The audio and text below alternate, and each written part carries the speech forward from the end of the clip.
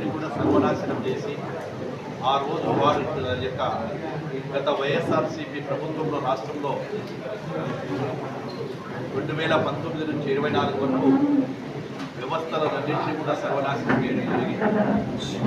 గత పాలకుల పాపాలు, గత పాలకులు పరిపాలించిన తీరు, వారు చేసినటువంటి పాపాల వల్ల ఈరోజు రాష్ట్రం కూడా ఎన్నో ఇబ్బందులు ఎదుర్కొంటూ కూటమి ప్రభుత్వానికి అత్యధిక మెజార్టీ ఇచ్చి మా కూటమి ప్రభుత్వానికి ఇచ్చినందుకు ఏదైతే అభివృద్ధి సంక్షేమం రెండింటిని కూడా సమపాలలో ఈరోజు ప్రభుత్వాన్ని నడిపిస్తూ ఉన్నాం.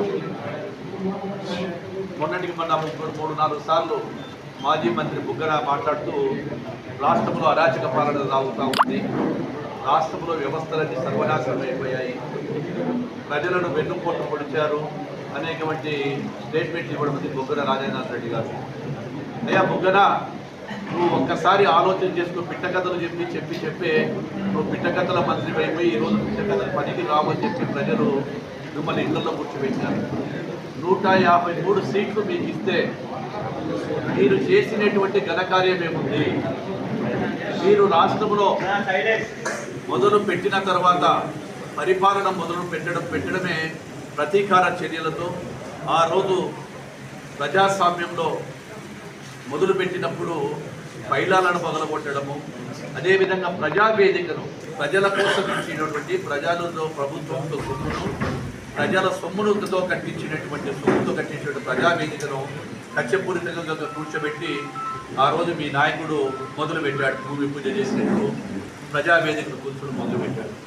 ఆ రోజు వేదికను కూర్చున్నప్పుడే మీ ప్రభుత్వంలో మీ పరిపాలన కానీ ప్రజలు కానీ మీకు సర్వనాశనం మొదలైందని చెప్పి ప్రజలు తీర్మానం చేశారు. అటువంటిది మీరు మాట్లాడుతూ ఉన్నారు ఈరోజు అరాచక పాలన గురించి, వ్యవస్థల గురించి. నువ్వు ఫైనాన్స్ మినిస్టర్గా ఉన్నావు.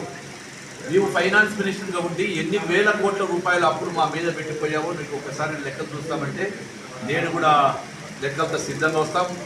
మా మంత్రి కూడా వస్తాడు, ఆర్థిక మంత్రి. మీరు ఎక్కడ సవాలు పెట్టినా దానికి రెడీగా ఉన్నాము. ఎందుకంటే మీరు వ్యవస్థలన్నింటినీ కూడా పరిపాలనా అనుభవం లేక, మీ అనుభవ రాహిత్యంతో లేక, మీ వలన ఈరోజు రాష్ట్రం సర్వనాశనం అయిపోతే మా నాయకుడు వచ్చిన తర్వాత గౌరవ ముఖ్యమంత్రి గారు వచ్చిన తర్వాత రాష్ట్రాన్ని గాడిలో పెట్టడం మొదలుపెట్టాము. మీరు పంచాయతీరాజ్ వ్యవస్థను నిర్వీర్యం చేశారు. నాడు ఏ రోడ్డున ఏ గ్రామానికి పోవాలన్నా సీసీ రోడ్డు లేవు. మేము వేసినటువంటి 19 నుంచి 24 వరకు మేము వేసిన రోడ్లు తప్ప ఎక్కడ కూడా రోడ్లు వేయలే. ఈరోజు గొప్పగా ఆర్భాటంగా చెప్తా ఉన్నారు ఈరోజు మేము చేసిన అభివృద్ధి తప్పని. కేవలం 1 సంవత్సరం కాలం అయింది. 1 సంవత్సరంలోనే మార్పు కనపడతా ఉంది. ప్రజలు అటు సంక్షేమాన్ని అభివృద్ధిని ఇస్తున్నారని చెప్పి కూడా సంతోషంగా ఉన్నారు. ఈరోజు రాజధాని లేని రాష్ట్రం ఏదైనా ఉందంటే ఒక ఆంధ్రప్రదేశ్. అటువంటి రాష్ట్రాన్ని ఆ రోజు ఉండేదాన్ని 3 ముక్కలు చేసి, రాజధానిని 3 ముక్కలు చేసి పాపం పెట్టుకొని, అదేవిధంగా ఏదైతే జీవనాడి ఆంధ్రప్రదేశ్ ఉందో అటువంటి పోలవరాన్ని పుట్టన పెట్టుకున్నారు. ఈరోజు మళ్ళీ పోలవరాన్ని మొదలుపెట్టాము. పనులు జరుగుతూ ఉన్నాయి. అదేవిధంగా రాజధాని లేని రాష్ట్రాన్ని మళ్ళీ ఈరోజు రాజధానిలో 70,000 కోట్ల రూపాయలకు పైగా పనులు మొదలుపెట్టి రాజధాని కూడా 3 సంవత్సరాల్లో కంప్లీట్ చేస్తామని చెప్తాము. ఇది ఒక్కటే కాదు, మీరు ఆ రోజు అరాచక పాలన చేయడం జరిగింది. ఈరోజు మా ప్రజలందరూ కూడా సంతోషంగా ఉన్నారు. ఈరోజు ఆ రోజు వ్యవస్థలన్నీ కూడా నిర్వీర్యం చేశారు. మీరు చేసిన పాపాలకు ప్రతిఫలంగా ఈరోజు అప్పుడు కట్టలేక నువ్వు చేసిన అప్పుడు ఈ యొక్క గత ఫైనాన్స్ మినిస్టర్ చేసిన పాపాలు వాటన్నిటికీ కూడా ఈరోజు వడ్డీలు కూడా కట్టాలంటే ఈరోజు మేము కష్టపడి మళ్ళీ జిఎస్టీని పెంచుకుంటూ ఆదాయ వనరులు పెంచుకుంటూ ఈరోజు చేస్తూ ఉన్నాం. కాబట్టి మీరు మా యొక్క ప్రభుత్వాన్ని విమర్శించే అర్హత నీకు లేదు.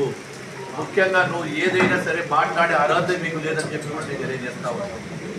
మీరు ఈరోజు దాదాపుగా R&B డిపార్ట్మెంట్లోనే దాదాపుగా మేము వచ్చిన తర్వాత 1,153 కోట్ల రూపాయలు మేము చెల్లించడం జరిగిందంటే సిగ్గుగా లేదా మీకు?